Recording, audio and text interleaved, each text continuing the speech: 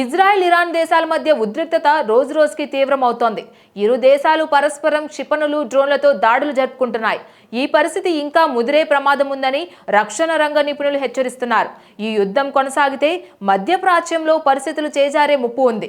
ఈ ఘర్షణ ప్రభావం భారత్ పైన పడనుంది. ఇరాన్, ఇజ్రాయెల్తో భారత్కు బలమైన వాణిజ్య సంబంధాలు ఉండడంతో ఇక్కడి మార్కెట్లోనూ ఈ ప్రభావం కనిపించనుంది. ఇరు దేశాలకు భారత్ పలు ఉత్పత్తులను ఎగుమతి చేస్తోంది. అదేవిధంగా వాటి నుంచి కూడా అనేక వస్తువులు దిగుమతి చేస్తోంది.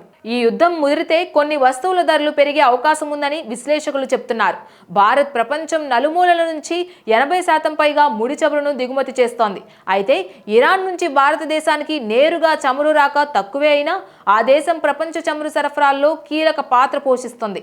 యుద్ధం ప్రారంభమైన వెంటనే ముడి చమురు ధరలు ఒక్కసారిగా భారీగా ఎగబాకాయి. ప్రస్తుతం బ్రెంట్ క్రూడ్ ధర 11% పైగా పెరిగి బ్యారెల్కు $75.32 తాకింది. వెస్ట్ టెక్సాస్ ఇంటర్మీడియట్ క్రూడ్ ధర $73.42కు చేరింది. యుద్ధం కొనసాగితే చమురు ధరలు మరింత పెరిగే ప్రమాదం ఉంది. ఇజ్రాయెల్ భారతదేశానికి ఒక ముఖ్యమైన వ్యాపార భాగస్వామిగా నిలిచింది. ఆసియాలో భారత్ ఇజ్రాయెల్కు రెండో అతిపెద్ద ట్రేడింగ్ దేశంగా ఉండగా ప్రపంచవ్యాప్తంగా 9వ స్థానంలో ఉంది. నరేంద్ర మోదీ ప్రధానమంత్రిగా బాధ్యతలు చేపట్టిన తరువాత ఈ దేశంతో ట్రేడ్ మరింత వేగం పుంజుకుంది. ముఖ్యంగా ఎలక్ట్రానిక్ పరికరాలు, హైటెక్ యంత్రాలు, మెడికల్ పరికరాలు, కమ్యూనికేషన్ వ్యవస్థలతో ట్రేడ్ పెరిగింది.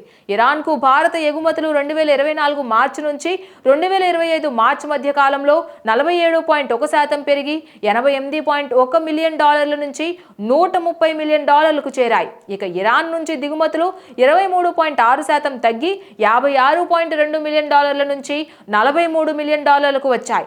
ఈ యుద్ధం మరింత పెరిగితే ఎలక్ట్రానిక్ వస్తువులు, ఎరువులు, చమురు, రసాయనాలు, ప్లాస్టిక్ సామాగ్రి, ఇంధనాలు, అల్యూమినియం వంటి ఉత్పత్తుల ధరలపై ప్రభావం తప్పదని భావిస్తున్నారు.